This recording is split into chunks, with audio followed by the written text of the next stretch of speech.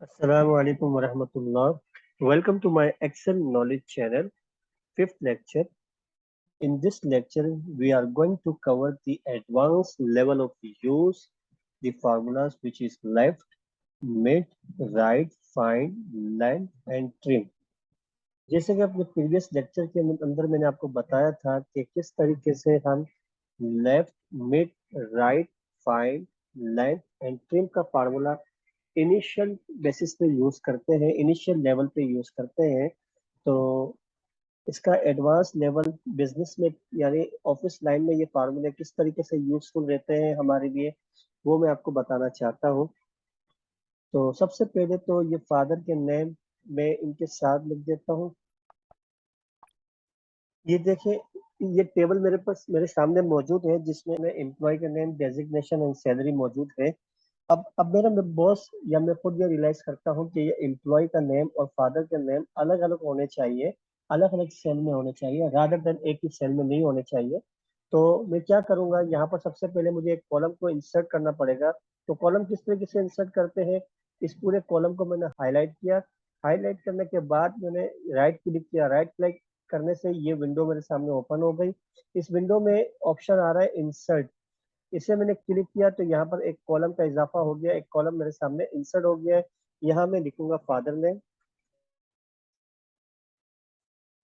अब मुझे यहाँ से इस सेल में से फादर के नेम को निकाल के यहाँ मुझे पेस्ट करना है। तो कौन सा फार्मूला इस्तेमाल करूंगा, पहले तो मैंने अलग अलग करके आपको बताऊंगा कि तीन फार्मूले यहाँ यूज होंगे, लेंथ, फाइंड और राइट।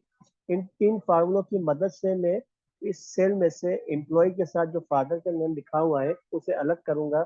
सबसे पहले लेंथ के फार्मूले की मदद से मैं लेंथ मालूम करूंगा कि यहाँ पर नंबर ऑफ कैरेक्टर कितने यूज हुए हैं। इसकी इसे मैं डबल क्लिक करूंगा या मैं इसे ड्रैग करूंगा तो ये फार्मूला सब पे अप्लाई हो जाएगा। सिमिलरली मैंने फाइंड के फार्मूले से स्पेस की पोजीशन को फाइंड करना है। स्पेस की पोजीशन को फाइंड करना है तो इन्वर्टिस कोमा के अंदर मैंने स्पेस लिखा। कोमा लगाने के बाद मैंने इसे टेक्स्ट बताया और कोमा लगाने के बाद वन लिखा कि नंबर ऑफ यानी वन कैरेक्टर से फाइंड करना शुरू करे वो। और मैंने ओके कर दिया तो इसने मुझे बता दिया कि सिक्स कैरेक्टर जो है वो स्पेस का है, यानी सिक्स पोजीशन है स्पेस की। सिमिलरली ये फार्मूला मैंने सब पे अप्लाई किया तो आपके सामने रिजल्ट आ रहा है कि स्पेस इस सेल के अंदर किस पोजीशन पर है, इस सेल के अंदर किस पोजीशन पर है, सिमिलरली इस सेल पे किस पोजीशन पे स्पेस आ रहा है। अब मुझे राइट का फार्मूला इस्तेमाल करना पड़ेगा in order to take out the father name from this cell. तो मैं यहाँ पर राइट का फार्मूला इस्तेमाल करूंगा, is equal to right. Text मैंने इसे बता दिया किस टेक्स्ट में से मुझे कैरेक्टर को बाहर निकालना है। तो से बताने के बाद मैंने कॉमा लगाया और यहाँ पर मैं ब्रैकेट लगाने के बाद मैं इसको बताऊंगा कि लेंथ में से माइनस करें स्पेस तक के कैरेक्टर को। यानी टोटल आपके पास कितने कैरेक्टर हैं, 11। 11 में से स्पेस तक के जितने भी कैरेक्टर हैं उनको माइनस करने के बाद rest of the character which is the name of father, उसे वहां से वो नाम यहाँ पर शो कर दे। ये लगाने के बाद जैसे ही मैंने यहाँ पर इंटर किया, ये देखें फादर का नेम अलग शो हो गया।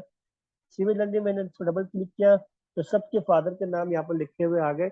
अब मुझे ये फादर के नाम यहाँ पर कॉपी करने हैं। तो इजीली मैं इसे कॉपी नहीं कर सकता। ये देखिए मैंने कॉपी किया और यहाँ मैंने इसे पेस्ट किया तो यहाँ पर एरर आ गया। क्यों? क्योंकि ये जो फादर के नाम आपने फाइंड आउट किए हैं ये किसी फार्मूले की मदद से किए हैं। यहाँ देखिए मैं क्लिक करता हूँ, यहाँ तो फादर का नाम लिखा हुआ है लेकिन इसी सेल में यहाँ पर लिखा हुआ है फार्मूला। तो सबसे पहले हमें फार्मूला हटाना पड़ेगा। किस तरीके से? हमने इन सबको सेलेक्ट किया, control C which is a shortcut key of copy. Copy की शॉर्टकट की क्या है? Control C. उसकी मदद से सबको मैंने कॉपी किया और यहाँ मैंने राइट क्लिक किया। राइट क्लिक करने के बाद एक ऑप्शन है पेस्ट स्पेशल, वहां क्लिक किया मैंने। पेस्ट स्पेशल पे क्लिक करने के बाद मुझे वैल्यूज पर जाना है। वैल्यूज में क्या करेगा, कि जितने भी फार्मूलाज है सबको खत्म कर देगा। वैल्यूज पे क्लिक करने के बाद मैंने ओके किया। अब यहाँ देखें, जो उस्मान, जो फादर का नाम लिखा हुआ है, जो यहाँ लिखा हुआ है वही यहाँ पर शो हो रहा है। इट मीन्स अब फार्मूला यहाँ से खत्म हो गया है। लेकिन यहाँ तो मैंने फादर के नाम अलग कर दिए हैं, लेकिन अभी भी एम्प्लॉय के नाम के साथ फादर का नाम शो हो रहा है। अब मुझे यहाँ से भी फादर का नाम खत्म करना है, यानी एम्प्लॉय के नेम को अलग करना है। तो किस तरीके से? फाइंड का फार्मूला जैसे यहाँ पर इसका मैंने यूज किया हुआ है, मुझे सिमिलरली मैं यहीं पे इसको कॉपी करूंगा। पेस्ट स्पेशल की मदद से वैल्यूज पे जाके इसको मैं कॉपी कर दूंगा यहाँ पर। और अब मुझे लेफ्ट का फार्मूला इस्तेमाल करना पड़ेगा, क्योंकि फादर के नेम के लिए मैंने राइट का फार्मूला इस्तेमाल किया।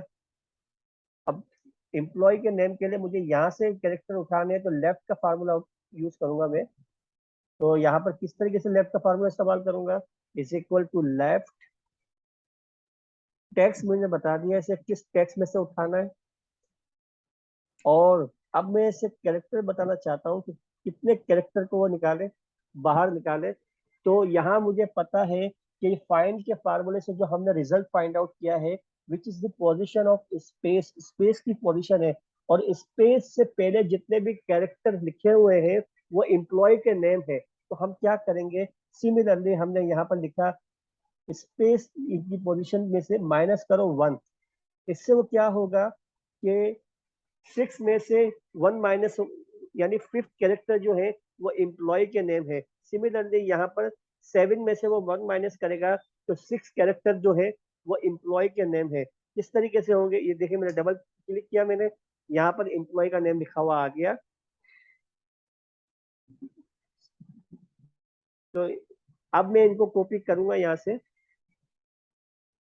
और यहाँ पेस्ट स्पेशल की मदद से मैं इसे वैल्यूज पे क्लिक करके ओके करूंगा। तो यहाँ पर एम्प्लॉय का नाम आ गया, यहाँ फादर का नाम आ गया, दोनों अलग अलग हो गए।